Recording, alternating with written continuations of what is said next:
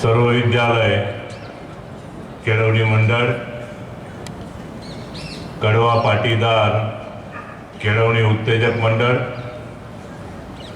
અને કડી સર્વ વિશ્વવિદ્યાલયના ઉપક્રમે યોજાયેલા આજના 76મા પ્રજાસત્તાક દિન નિમિત્તે ઉપસ્થિત આજના ધ્વજારોહક સર્વ વિદ્યાલય કેળવણી મંડળના વરિષ્ઠ મંત્રી શ્રી જગદીશભાઈ, અન્ય વરિષ્ઠ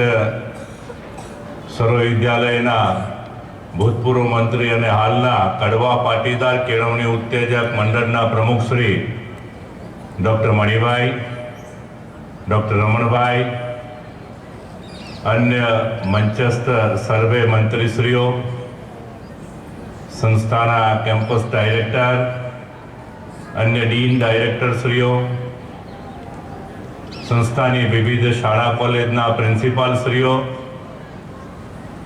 શાળા પરિવારના આમંત્રિત સભ્યો, વિદ્યાર્થી ભાઈઓ બહેનો અને સર્વે સ્ટાફ મિત્રો,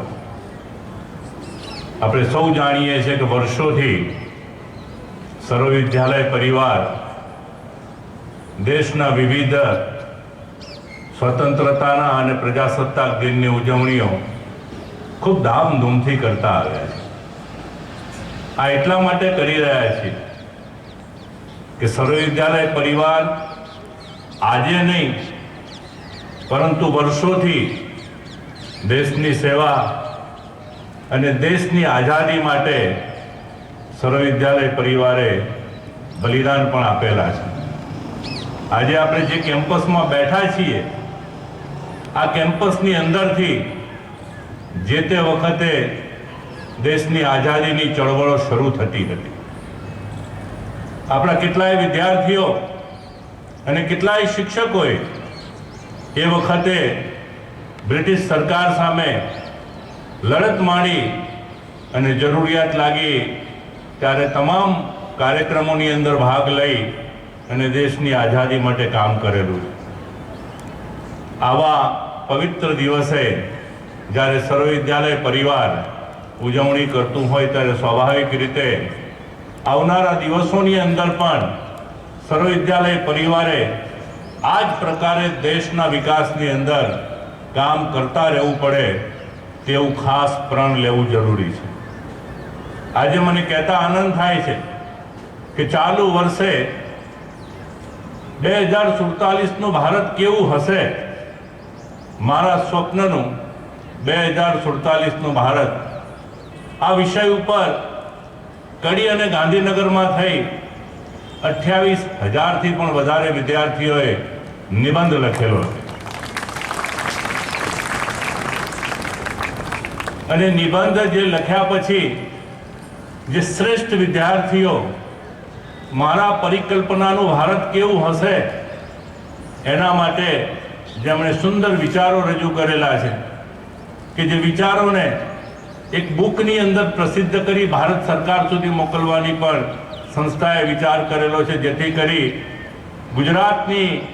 એક કડીની સંસ્થા કે જ્યાંથી આઝાદીની ચળવળ શરૂ થયેલી હતી, પૂજ્ય છગનભાઈએ 6 વિદ્યાર્થીઓથી કરેલી આ સંસ્થાને આજે 52,000 વિદ્યાર્થીઓ સુધી પહોંચી હોય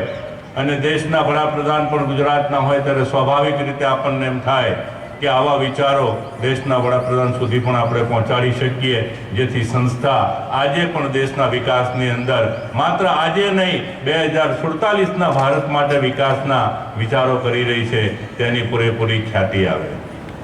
આજે દેશની અંદર આપણે જોઈ રહ્યા છીએ આવનારા દિવસો એ માત્ર વિકાસની તકો નહીં પરંતુ વિકાસની સાથે સાથે વિચારો પણ માગી લે એવા છે. દેશની અંદર જ્યારે જુદા જુદા દરેકે દરેક સ્તરે વિકાસ થતા હોય ત્યારે વ્યક્તિએ પોતાના વિચારો સાથે દેશને વિકાસની તરફ લઈ જવા પડશે. માત્ર વિકાસ નહીં પરંતુ વિચારો સાથે દેશની અંદર એકતા, ધાર્મિક લાગણીઓ દુભાય નહીં, કોઈ પણ જ્ઞાતિ જાતિના ભેદભાવ ના રહે એવી રીતે દેશના વિકાસની અંદર આગળ વધવાની જરૂર છે. જ્યારે સર્વવિદ્યાલય પરિવાર એક શિક્ષણની સાથે કેળવણી આપતું હોય ત્યારે શિક્ષણ સાથે દેશના વિકાસની અંદર સર્વવિદ્યાલય પરિવાર હંમેશા આગળ રહેશે તેવી મને શ્રદ્ધા છે. અને આજે જે વિદ્યાર્થીઓ, જે સ્ટાફ મિત્રો અહીંયા આ પવિત્ર દિવસની ઉજવણીએ અહીંયા એકત્રિત થયા છે એ સર્વેને ફરીથી હું અભિનંદન આપું છું અને તમામને દેશના વિકાસની અંદર જોડાઈ જવા માટે હાકલ કરું છું. જય હિન્દ, જય ભારત. આભાર સાહેબ.